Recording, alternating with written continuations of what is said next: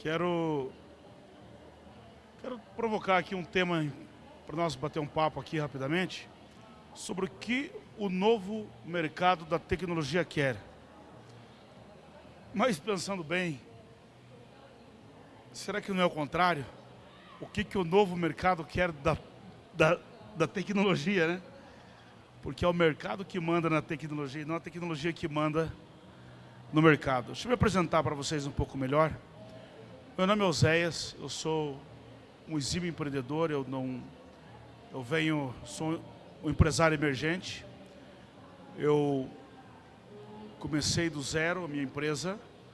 Hoje eu sou proprietário da maior franquia odontológica do Brasil, uma empresa que vende hoje seus 12 milhões por dia, vende 3,5 bi por ano, são 1.300 franquias, Odonto Excelência. Também sou escritor. O primeiro livro, sou escritor da editora Gente. O primeiro livro lançado foi o livro Gestão Fácil. Segundo livro, Negócio Escalável. Terceiro livro, Empreenda pelos Princípios Bíblicos.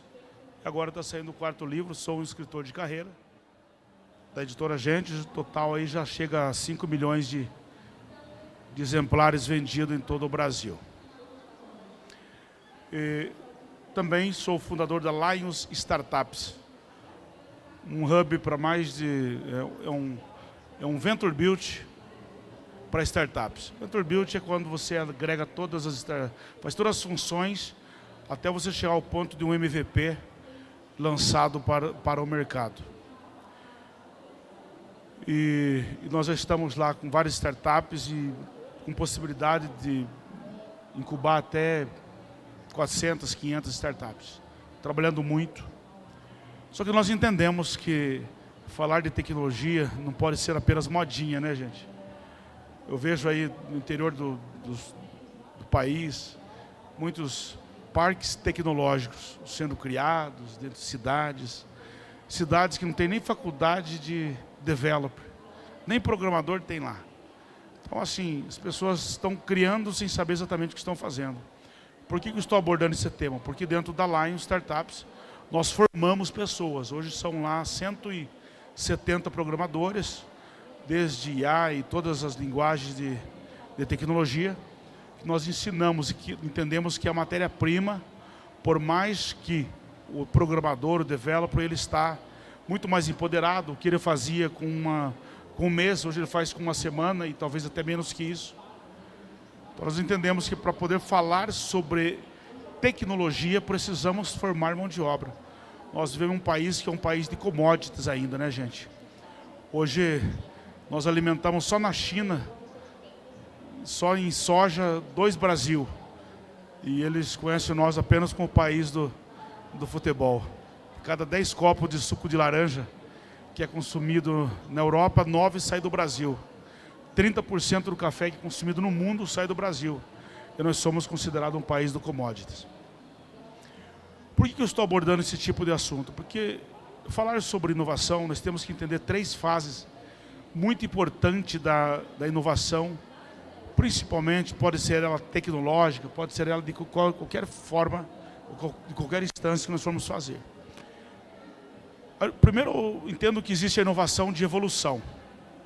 Segundo, eu entendo que existe a inovação de revolução. E terceiro, a inovação disruptiva. Por que eu gosto que a gente entenda realmente essas 3 etapas da inovação? Porque algumas coisas são importantes na nossa vida, né? Tempo e energia. A gente não quer gastar energia e tempo em coisas que não vão nos dar resultado que a gente espera. Por mais que a gente invista acreditando a longo prazo, mas os resultados, as fases, as etapas e tudo que nós estamos fazendo, elas precisam acontecer, né? Hoje é muito importante, inclusive, levar em consideração a Selic, né? Hoje os Venture Capital no Brasil não têm apetite em investir em algo que já não tem um EBIT, não tem um EBITDA, não está simples de investir no Brasil. Primeiro que a mentalidade do brasileiro já não é de longo prazo. Então, assim, eu tenho falado muito lá para o meu time, gente, para o meu time dentro da Lions Startups, que nós temos muito ainda, muito, para criar de inovação em economia real. Economia real. Sinceridade, eu não acho que o próximo ChatGPT vai sair do Brasil. Eu não acho que a Veo3, a OpenAI e coisa e tal vai sair do Brasil também, né? Diz-se que jamais. Nós não temos, não que nós não tenhamos capacidade para isso, nós não temos ambiência para isso ainda, tá? Nós não temos ambiência para isso no Brasil. Então, o que eu tenho sempre dito para o meu pessoal lá, gente, vamos criar coisas muito inteligentes, muito inteligentes. Ainda dá para se fazer muita coisa em economia real. Por quê? Eu tenho rodado o Brasil todo palestrando, inclusive ouvindo muitas multinacionais, grandes empresas. E hoje nós sabemos que está muito em voga falar de IA, né? Inteligência artificial. As pessoas estão fazendo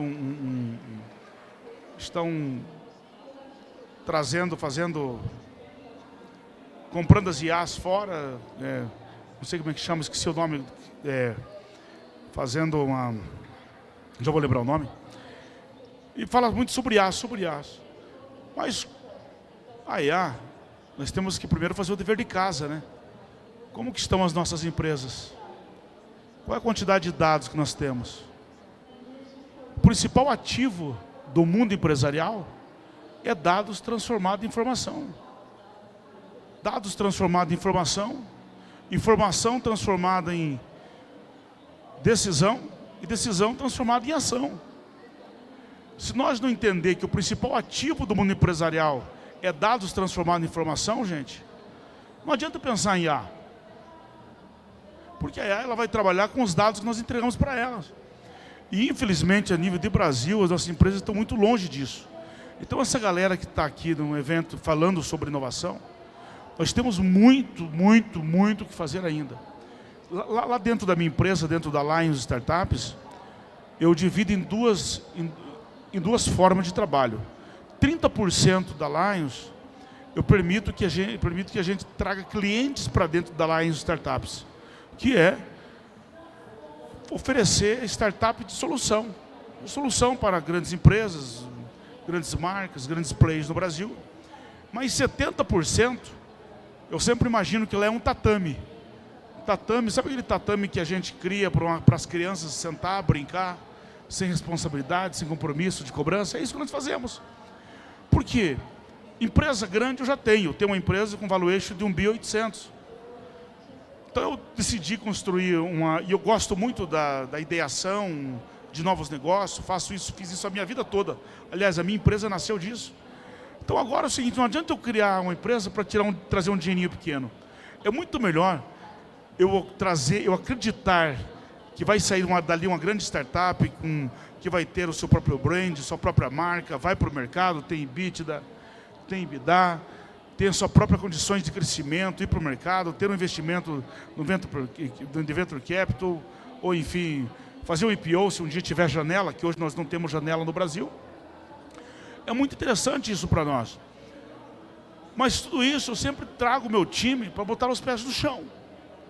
Ó, gente, não adianta nós chegarmos aqui com coisas que eu sei que ainda não é o nosso momento. Nós não estamos nessa mesa ainda.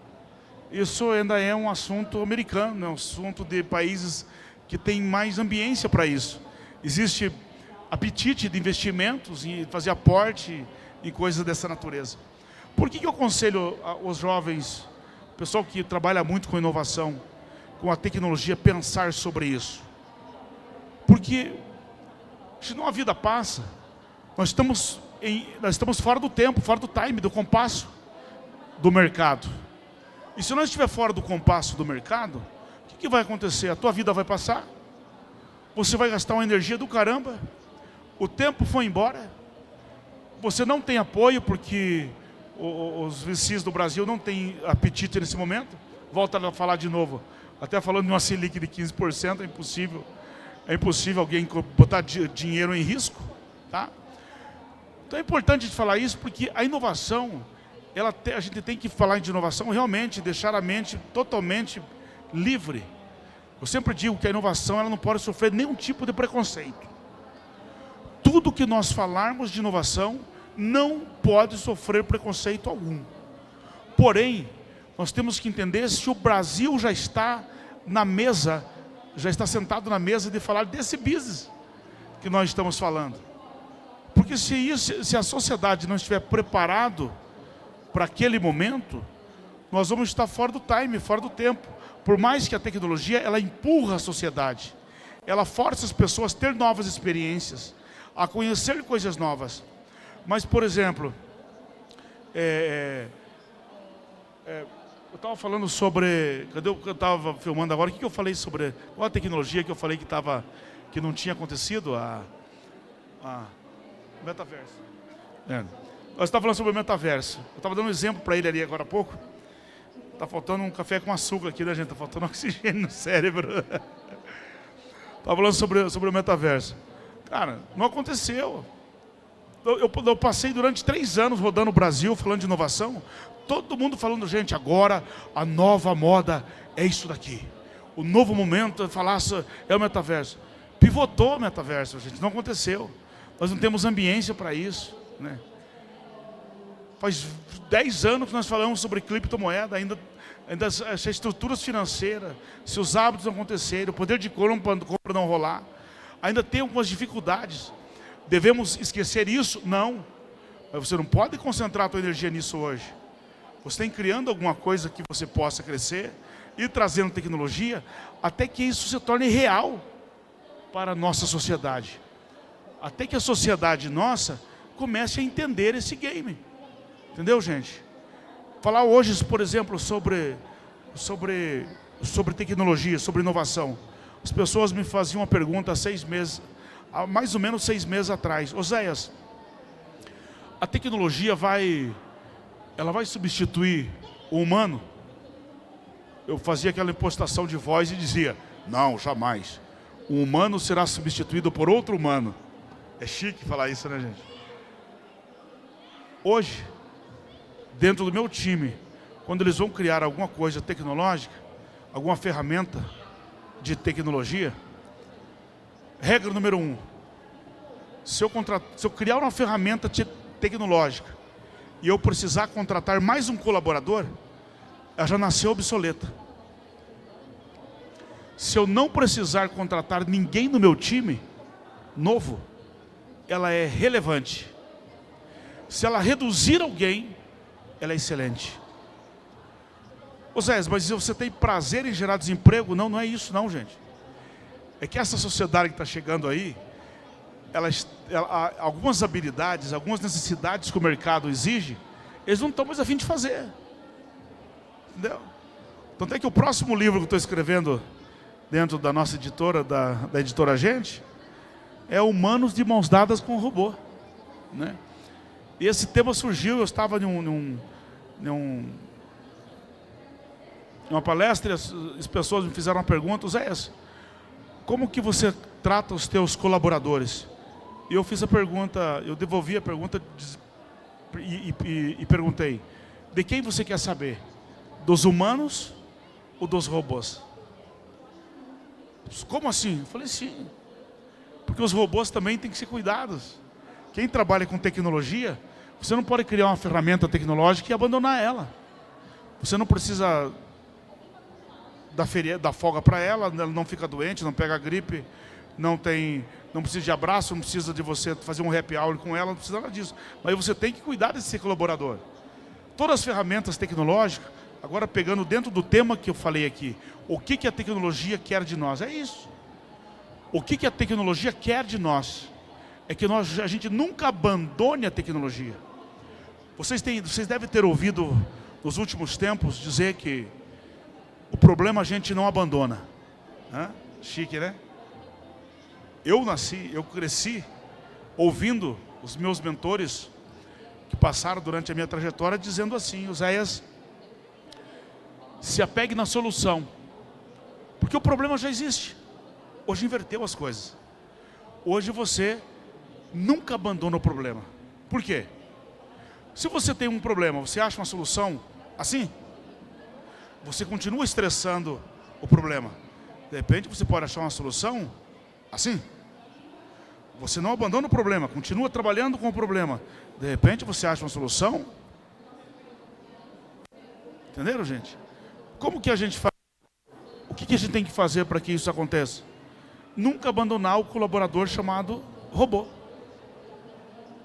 As ferramentas tecnológicas, dentro da minha empresa, eu tenho um princípio muito interessante. A gente cria algo, e nós temos o hábito, nós temos o costume de se apaixonar por aquilo que a gente cria, né? Nossa, a gente dá aqueles yes, essa foi massa. Resultado foi lá em cima. Os BIs mudaram, tudo. Cara, deu uma grande virada de chave na empresa. Nossa, o novo rumo, o novo tudo. Espero toda essa emoção passar. Eu chamo o time e digo assim, gente, quero críticas. Ué, como assim? Críticas? Críticas. Se vocês não conseguirem criticar, eu trago alguém de fora para fazer as críticas. Porque é normal, né, gente? Quem está dentro do time, ele vicia a mente. Aqui eu poderia dar uma aula só sobre cultura empresarial para vocês, né, gente? Se alguém me levantasse a mão e fizesse uma pergunta para mim aqui, Oséias, o que é cultura empresarial para você? Todas as pessoas falar a mesma língua e viver em unidade. É isso. Cultura empresarial é fazer com que todas as pessoas pensem da mesma forma, ajam da mesma forma e vivam em unidade. É isso. A gente vicia as pessoas. Se você chegar dentro das minhas empresas, você vai encontrar um punhado de Oséinhas falando tudo igual eu estou falando. Qual que é o benefício disso? Cara, você tem facilidade de cuidar do seu time. Qual que é o malefício disso? Dificilmente sai alguma coisa nova dali. Como que eu resolvo isso na minha empresa? Eu tenho oficina de leitura. Imagina, eu pivoto hoje, claro, não falo as franquias. Franquias são 20 mil colaboradores espalhados Brasil, Paraguai, México, Angola, Argentina. Mas dentro da minha empresa são 280 pessoas. Todo dia, imagina eu parar 280 colaboradores. 1 hora só para debater o livro que eles estão lendo. Por que eu faço isso, gente? Ninguém implementa nada sem falar comigo. Porque inovação implementada sem passar por um laboratório, por ser estressado, por ser identificado os pontos cegos, as cortinas de fumaça, onde estão as pegadinhas, é rebelião. Entendeu? As pessoas têm liberdade de pensar, mas não podem implementar nada. Toda ferramenta vem para dentro de um laboratório, a gente faz um estudo, faz uma análise, faz um MVP, para que aquilo tenha viabilidade. Porque nós humanos temos um problema, a gente olha numa única direção e acha que aquilo é incrível. Quando você olha no 360, isso aqui é incrível aqui, mas ele destrói isso que também é incrível, mais isso, mais isso, mais isso, e você fica só com isso incrível. E um único incrível não mantém uma empresa de pé. Entendeu, gente? Então, fazer uma visão 360 em tecnologia é muito importante. É muito importante. Então, assim, voltando ao assunto novamente que eu estava falando, dentro da empresa, hoje, quando você percebe que tem algumas ferramentas que você vai matando elas, porque você vai tirando do ser humano, para que as pessoas comecem a fazer outras coisas. Se você pegar hoje nas cidades, eu não sei aqui em Brasília, mas muitas cidades do Paraná, onde a gente mora, em São Paulo inclusive, São Paulo sobra aí, parece que, se eu não me engano, por mês, mais de 1000 vagas de garçom. Porque ninguém mais quer ser garçom. Sabe aquele pãozinho francês? Não tem ninguém mais para fazer em São Paulo pãozinho francês. Porque ninguém tem saco de acordar às 4 horas da madrugada para fazer pãozinho para a gente acordar 8 horas da manhã e tomar café com pão. Né, gente? Quer dizer, está na hora de alguém criar um robô e fazer isso acontecer. Mas quando que as pessoas vão fazer isso acontecer? Guarda essa frase aqui. A abundância gera desvalorização. A escassez gera valorização. Quando a gente começa a ter escassez de skills, de habilidades, de mão de obra para aquilo que está na sua mão, você começa a ter um problema. Então você começa a valorizar aquilo. De que forma? Criando tecnologia. Você debruça-se diante desse problema, dizendo, olha, gente, Isso aqui eu já não estou achando mais humano para fazer esse trabalho. Tem que fazer o quê? Tem que inventar um robô. Eu estava agora dando uma mentoria em Balsas, no Maranhão, e lá tem muita gente na orla do Rio São Francisco, planta muita uva. Os caras não conseguem mais achar mão de obra. Falei, cara, tem que criar tecnologia. Ah, mas tem coisa que não é com tecnologia, estressa a mente, pô.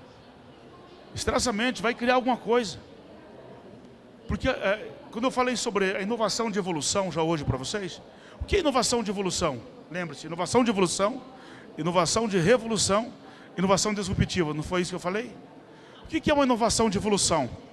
Eu não sei se já aconteceu com você, de você comprar um carro, você compra aquele carro, daí faz 3 anos que você está com o carro. Daí você quer trocar de ano o carro, porque o carro está rodado, né? Aí você volta na loja, na concessionária para trocar o carro, e o carro ainda não mudou o modelo dele, não trocou o modelo. Aí você chega, dá uma voltinha em volta do carro, o cara olha para você e diz assim, 100 mil reais. Caramba, faz 3 anos que comprei esse carro, 100 mil reais para trocar de carro. Tudo isso, é o mesmo carro. Aí tem que ter um vendedor bom pra caramba, né? Ele vem e diz assim, não. Olha o friso aqui, ó. Ficou mais abauladinho. Tá vendo essa lanterna? Ficou mais redondinha. Cara, a inovação de evolução é isso. Ela é tão imperceptível que o mercado nem percebe. E tem gente se enganando com isso.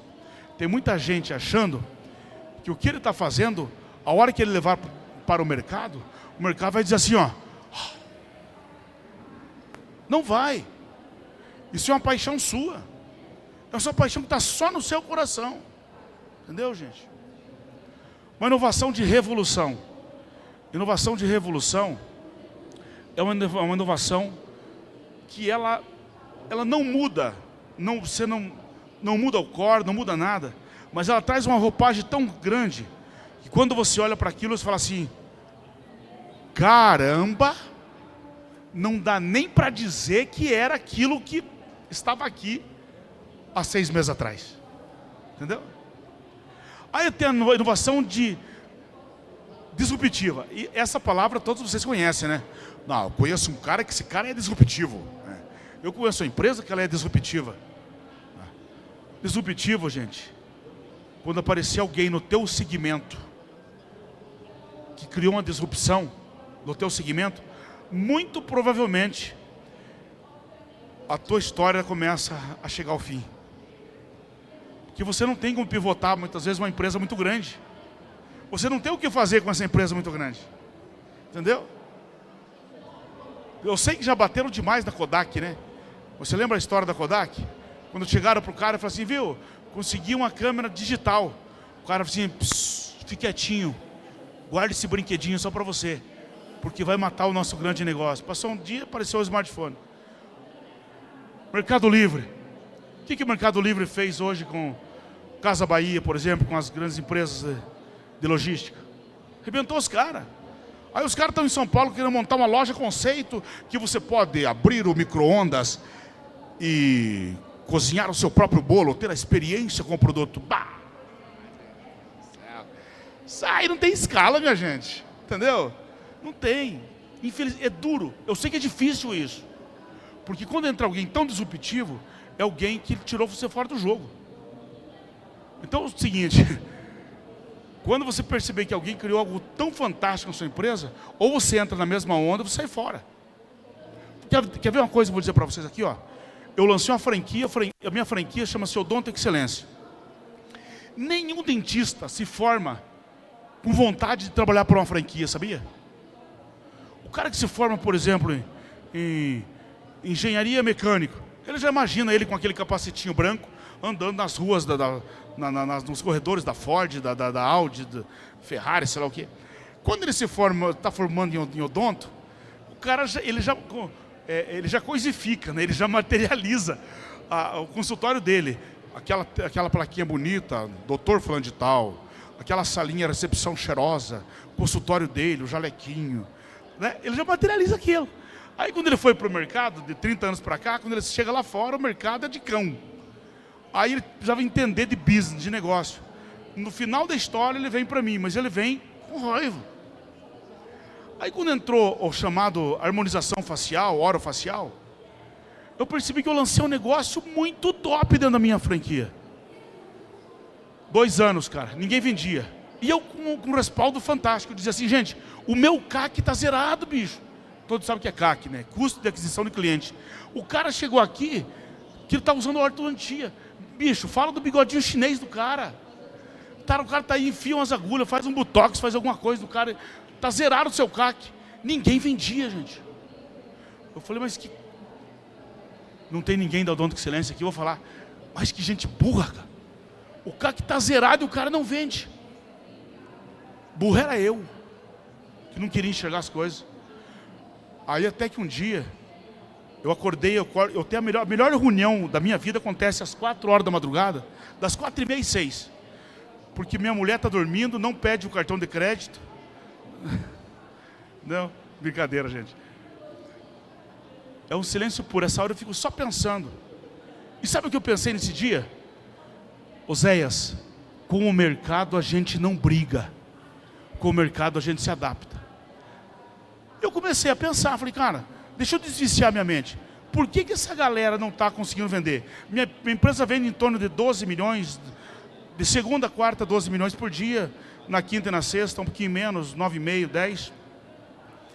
Cara, vendia 500 mil por dia, chegava ao final do mês, vende em torno de 230 milhões mês, 10 milhões de orofacial. Falei, cara, se eu for ficar com 10 milhões de orofacial, eu vou quebrar minha empresa. Vou quebrar a empresa. Correto? Ó, já falaram que tem 5 minutos aqui, gente. Eu vou concluir agora porque eu vou deixar, vou responder 3 perguntas de vocês. Sabe o que eu fiz? Falei, cara, fui lá e criei um software. Gente, ó, o mundo é do software, viu? Tá? O mundo é do software. Guarde isso. Não é nem de franquia mais. Eu já nem monto mais franquia, já estou em outra parada. Eu criei um programa chamado System Face. Pode botar sua marca, só usa meu software, coisa e tal. Porque não adianta brigar com o mercado, eu tenho que me adaptar a ele. Gente, alguém quer fazer uma pergunta para mim? Levante a mão aí. Pode perguntar. Se vocês não perguntar, eu mesmo pergunto. Opa, Oséias, beleza? Beleza, cara? Eu sou o Guilherme, eu tenho uma Guilherme. empresa de inovação também. E, cara, a minha pergunta, você falou sobre identificação de problemas. E a gente como empresa, falando de empresário para empresário, você tem algum método para avaliar problemas e propor soluções? Vamos lá. Um problema, na verdade, a gente percebe ele olhando o comportamento das pessoas. Da Dona Maria, do seu João, pessoas comuns. Quando eu falo de Maria e João, é para usar nomes comuns, né? De pessoas comuns. Que solução você vai dar para eles? Como o cara do Waze lá fez isso. O cara do Waze, ele ficou observando. Eu tenho hoje várias startups minhas, gente, que eu tenho certeza que vão ser muito maior do que a Odonto Excelência, que eu observei mercado. Eu observei mercado, cara, que solução eu posso trazer para isso? Mas eu vou te dar uma de bônus agora. Sempre que for criar um negócio, antes de você ir para a ideação do business, do negócio, cuide do PMF, Produto Market Fit. Entendeu? Como você vai entrar no mercado, é mais importante analisar isso do que a própria criação do negócio. Valeu.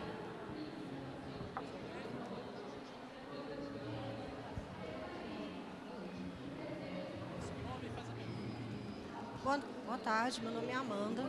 Mais pertinho. Mais pertinho da boca. Tá? Boa tarde, meu nome é Amanda. Eu queria te perguntar, né, já que você falou Mais pertinho da boca. que a tecnologia está reduzindo a contratação, né, de pessoas. Mais pertinho, não no osso. Eu acho que ele... Ah, não, eu tinha achado que ele tinha desligado, mas não. Eu queria perguntar para você, né, já que a tecnologia está fazendo essa redução de contratações, do ponto de vista principalmente de profissionais júniores, né, de TI, por exemplo, de desenvolvedores de software, o que você recomenda para quem está começando a procurar um emprego, para quem está trocando de área, quem está procurando realmente começar na área, em uma empresa, o que está faltando? O que você sente falta no profissional júnior? Vamos lá. O profissional júnior, nós falávamos sobre isso, nós estávamos dentro do avião, nós vínhamos falando sobre isso. O profissional júnior, daqui a uns dias, ele vai ser substituído pelas próprias IAs. Isso vai rolar. Só que vai precisar do sênior, vai precisar do cara mais top. Então ele vai ficar como se fosse quase um residente do lado ali, aprendendo até que chegue o momento dele fazer. Agora, daqui 30 dias vai nascer meu filho, Isaac. Meu segundo filho. Tudo que eu quero é que ele aprenda sobre tecnologia. Ser developer, ser programador é um dos maiores empoderamento que pode existir na vida de um empreendedor. Claro, soft skills e hard skills. Aprender a programar, hard skills é importante, mas soft skills, pensar em negócios, em business, também é um grande negócio. E eu percebo isso, inclusive, porque toda startup hoje, todo venture capital que vem fazer investimento dentro de startup, a primeira pergunta que eles fazem é o seguinte: quem é o CTO da sua empresa? Quer dizer, quem é o programador que tem uma participação na sua empresa? Uma das formas de se tornar empreendedor é ser programador-chefe de uma empresa. São os CTO das startups. Tá bom? Mais alguma pergunta? Posso responder mais alguma? Boa tarde. Meu nome é Alexandre. Você falou sobre a questão de ser um programador, né? Mineiro. De Araguari. Você falou que uma das questões que mais envolve um júnior vai ser o aprendizado acompanhado do sênior, questão da programação. Mas eu estou começando no mercado também, estou procurando e tentando encontrar aquele ponto de ignição que eu vou conseguir entrar nesse mercado. Aí eu venho aprendendo bastante sobre programação, venho vendo muitos cursos e tudo mais. A principal questão que eu vejo é que tudo que eu faço, pelo menos tudo que eu procuro fazer, uma simples conversa com um chat GPT ou então com um copilot da vida, que são inteligências artificiais, elas já próprio ajudam com a parte da programação. O que você dá como dica para que a gente consiga o diferencial de quando chegar lá na frente vai falar, não, essa parte de você vai precisar de um programador? Bom, o programador precisa dele desde o começo. A questão é assim, a facilidade que hoje as IAs vão te dar na linha júnior, não é que não vai mais existir o júnior, vai existir o operacional do júnior que vai sumir um pouquinho. Mas o júnior precisa estar ali aprendendo, seguindo, acompanhando, como se fosse um residente. E todas as empresas vão investir pesado nisso, porque essa pessoa precisa estar preparada. Não significa que vai desaparecer os programadores júnior, porque o júnior começa em algum lugar. Não tem como você do dia para a noite ser sênior, não existe isso. Então vai existir. O que eu estou dizendo é que tem muita gente que esse trabalho júnior vai acontecer, já está acontecendo isso hoje. Já o que você fazia com um mês, faz com uma semana, isso já está acontecendo. Outra coisa, você falou muito sobre o ChatGPT. O ChatGPT, na verdade, ele é muito bom, gente. Só que nós temos que tomar cuidado com ele. Sim. Ele não cria nada. Não. Ele estrutura tudo que já existe. Eu sei porque eu trabalho muito com ideação. Eu tenho turmas, gente do Brasil inteiro fazendo ideação de novos negócios. Cara, quando eu vejo alguma linha de pensamento, eu já olho e falo, ChatGPT. Eu sei que aquilo ali não saiu da mente de alguém. É alguma coisa que você saiu bonitinho, lindo, mas saiu do chat. Ele tem a sua relevância muito grande, mas entenda uma coisa. A tecnologia, ela nos informa tudo que existe, mas ela não cria. Ela estrutura tudo que existe, mas ela não cria. Tá? E toda tecnologia sempre irá trabalhar para uma estratégia. E a estratégia sempre estará na mão de humanos. Tá bom? Tá bom, gente? Acho que o meu horário se foi, né? Galera, valeu, muito obrigado pela companhia de vocês. Espero ter contribuído para o elevo, para o crescimento de todos vocês. Sucesso, tá bom? Nessa jornada empreendedora. Até mais, valeu, obrigado. Valeu, gente. A Secretaria de Ciência